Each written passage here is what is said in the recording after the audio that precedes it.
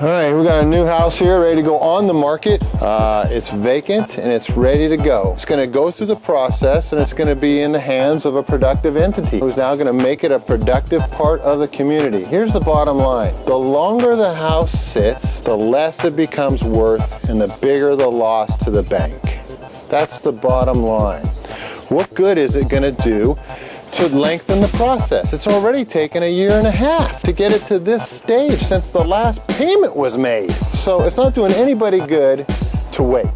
But when it comes down to going through the foreclosure process, we got to shorten these timelines, get these properties on the market, and get them in the hands of someone that's going to make it a good property for the neighborhood. That's the best way to help the neighborhood. I mean, this makes about as much sense as not wanting to set some kid's broken arm because it's painful. You know, you're not doing any good by making the process longer. Somebody's going to get a good deal on this house, and they should get a good deal on the house. The neighborhood has not sunk because this house is in foreclosure. Okay? It hasn't. But come on, let's get on with it. All right. We got newer windows, an updated house. Beautiful, just waiting for somebody to come in and make a home out of it. And this is what we do. We try to take these houses, get them into shape, and make them available for somebody to make themselves a nice home. You know, it's a mess. Why? Well, because nobody's been taking care of it. And you can't ask the bank to put in a whole bunch of landscaping and make it something more than what it is. You deal with it.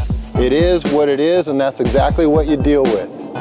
Let the investors or the new homeowners put their touches on it. That's why it's for sale. Check out this shop. This is a huge garage. So what we got here is we've already got somebody who's busted into the garage and busted off the padlock and everything so they can get in. Mostly because there's nobody living here. And it's dark in here, but too bad you can't see way back. This padlock's still here. All right, let's give it a look through, and then we'll get a sign in the yard and we'll get this puppy sold. What first-time home buyer wouldn't find a great value here? Got a full basement. You got 2 bedrooms and an office down here. This is what it's all about. It's not about postponing the process. It's about getting with it and getting this stuff moved. Let's check out upstairs. Where do you see this loft? It's nice.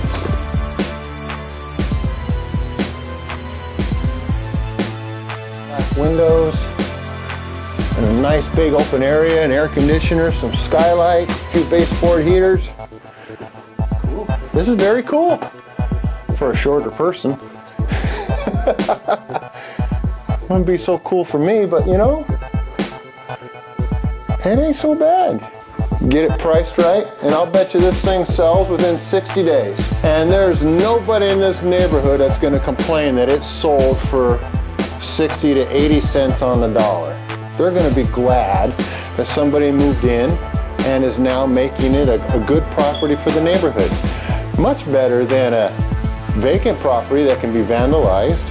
The longer it takes, the worse it gets. And, you know, I'm not being insensitive, I'm just trying to be realistic. Cleaning up the neighborhood one house at a time. One house at a time. That's all it takes. Put a sign in the yard, and the office will get 15 calls today wanting information on this house. You know why? Because a couple of good things have really happened. One, rates are down, prices are down, and the people that have actually minded their credit, taken care of their savings, not overextended themselves, are going to have a good opportunity, and they should. Good for them and good for you.